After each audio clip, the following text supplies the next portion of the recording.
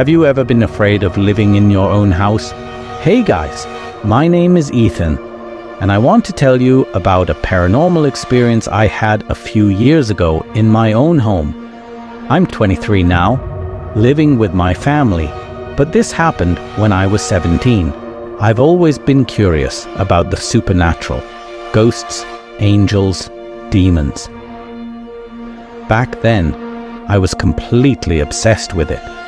I was watching videos all night about the occult, learning how to read tarot cards, and studying how people's lives could supposedly be revealed through them. I thought about it so much that I even started dreaming about these things. I barely slept, always researching. I would read tarot for my friends, anyone who asked, and the crazy thing was, I was getting good at it. People even started offering me money to read their fortunes. But a few days before the terrifying event, strange things began happening at night. The first night, I heard faint knocking sounds and creaks from the furniture. I told myself it was just the house settling. The noises continued for 3 nights, and I ignored them. On the 4th night, I heard footsteps in the house, sometimes even running, but I convinced myself it was just the old hardwood floors. The 5th night, though, everything escalated. I felt like someone was watching me. I was lying in my room, and I could sense a presence right outside my bedroom door, staring at me through the darkness. I grabbed my phone flashlight. Nobody was there. Relieved, I tried to sleep again.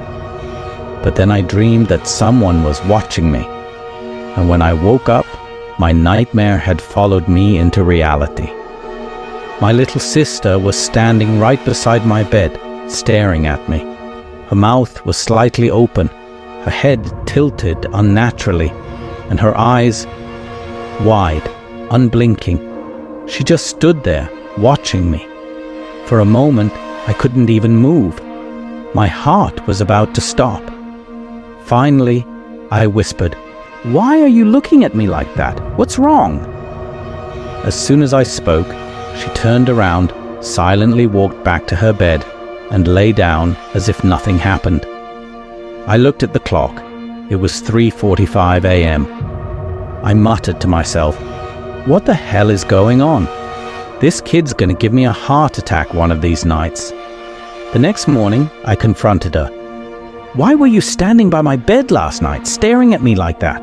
That wasn't funny at all." But she looked genuinely confused. "What are you talking about? I was asleep the whole night." I got angry. "Don't lie to me, Emma. If you pull something like that again, I swear..." My mom came in, asking why I was yelling. I told her everything, but she just sighed. "Ethan, stop messing with this supernatural stuff. You're going to bring trouble into this house, and don't yell at your sister. She says she didn't do anything. I don't want to see you playing with tarot again. From now on, say your prayers before bed and let this go." She was right, of course, but my curiosity, my obsession, I couldn't resist. I told myself, what's the worst that could happen? That night, I couldn't sleep at all.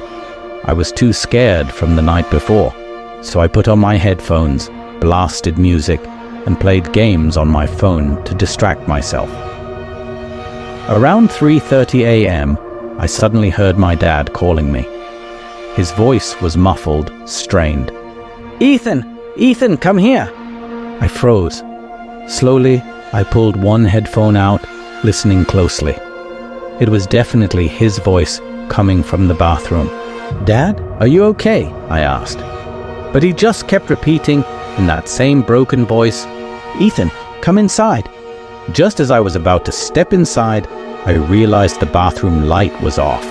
"Dad, why didn't you turn on the light? Hold on, I'll switch it on," I said. But the second I flicked the switch, he roared, "Turn it off." My blood ran cold. I quickly shut the light again. Okay, but why are we sitting in the dark? Are you all right in there?" I asked. Still, the only reply I got was that same demand. "Ethan, get in here."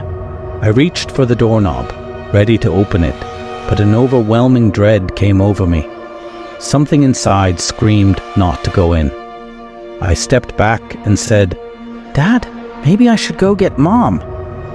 That's when his voice changed, angrier, distorted. "Get in here, you little bastard. Come inside now."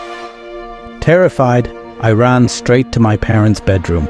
I opened the door, ready to wake Mom, and what I saw nearly made me collapse.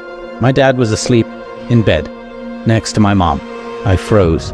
My knees gave out, and I dropped to the floor trembling. Mom shot up instantly. "Oh my God, Ethan, what's wrong?" she cried, rushing to me. Dad woke up too, startled by the commotion. "Son, what's going on? Why are you crying?" he asked, confused and scared. I could barely get the words out between sobs. "Dad, you were just calling me from the bathroom. The light was off. I turned it on, and you yelled at me to shut it off. You told me to come inside, and when I said I'd get Mom, you cursed at me. But you're here. You've been here the whole time." My dad looked at me like I was crazy. "Ethan, that's nonsense. You must have been dreaming. Go back to sleep." But my mom didn't look so certain. She stared at me for a long moment, then asked softly, "Ethan, are you absolutely sure you weren't dreaming?" I shook my head violently. "Mom, I swear to God I was awake. I was listening to music with my headphones. Even with the volume up, I heard his voice, like it was inside my head. I'm not lying." Her face went pale. Without another word, she grabbed my hand and started praying. "From now on, no more tarot, no more research, none of it. Do you understand?" she said firmly.